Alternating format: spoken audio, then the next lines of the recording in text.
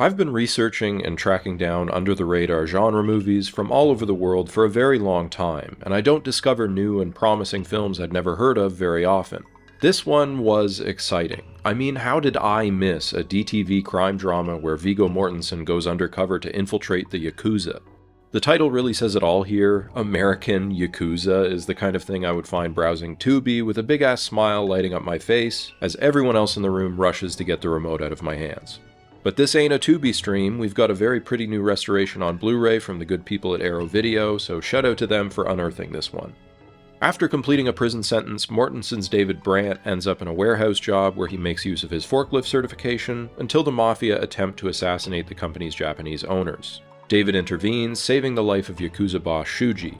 This is his in, and he slowly rises up the ranks of their stateside operation, getting in too deep as relationships blossom and he comes to respect their culture, and yeah, you can kind of expect where it goes from here. It's the undercover movie greatest hits combined with the reverse captivity narrative greatest hits.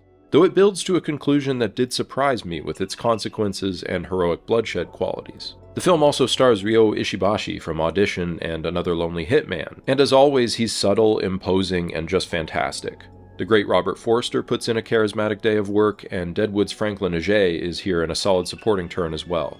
This is sort of an international co-production, which gives the cross-cultural mashup some credibility.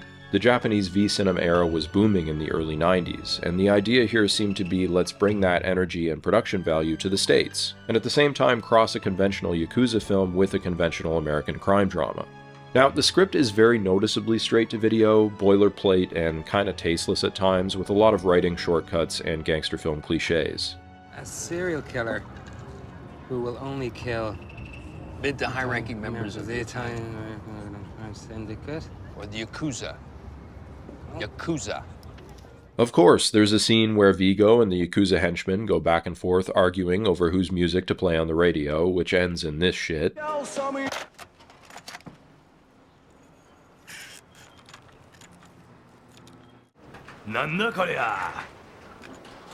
Shit about America.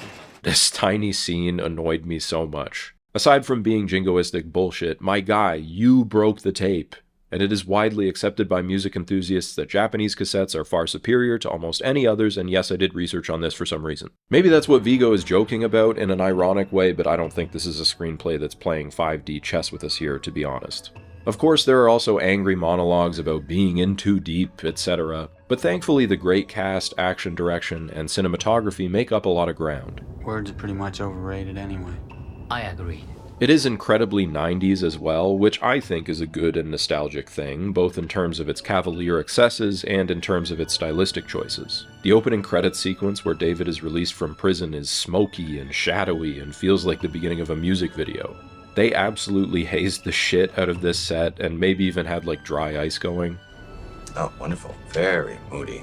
It is generally a film that does a good job of hiding at times quite simple and cheap locations with inventive camera placements and high contrast colors. It reminds me a little of what Nolan said about making his first feature with Following, that quality inserts can do a lot to convey high production value even though they cost very little to produce. This movie has a lot of quality inserts. You also definitely get invested in the bromance between David and Shuji, who play off each other well. You can buy this kind of tool of the state who's never had a real family getting swept up in the family-style commitment offered by the Yakuza.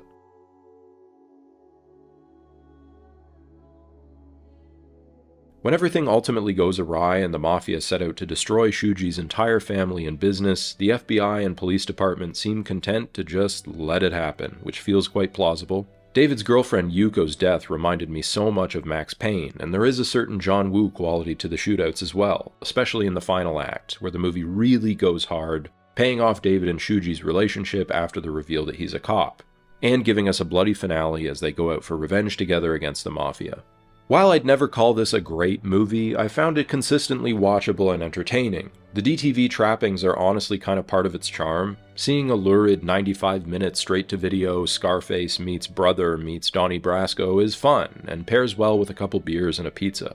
I'd even say it's able to compete with a lot of the mainstream Hollywood attempts at a similar kind of crossover.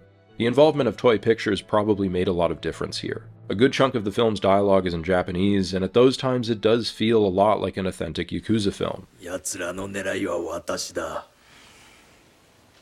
警備は万全です。しかし簡単には諦めんだろう。活動をはじめ信頼できるものを揃えています。 So while this isn't a must-watch necessarily, and I'd give it more of a qualified recommendation, if you're like me, you'll give a lot of grace to a genre film like this, and probably have a good time. If you've had a chance to check the film out, let me know what you thought of it in the comments, and be sure to share any other fun genre films that have crossed your path lately.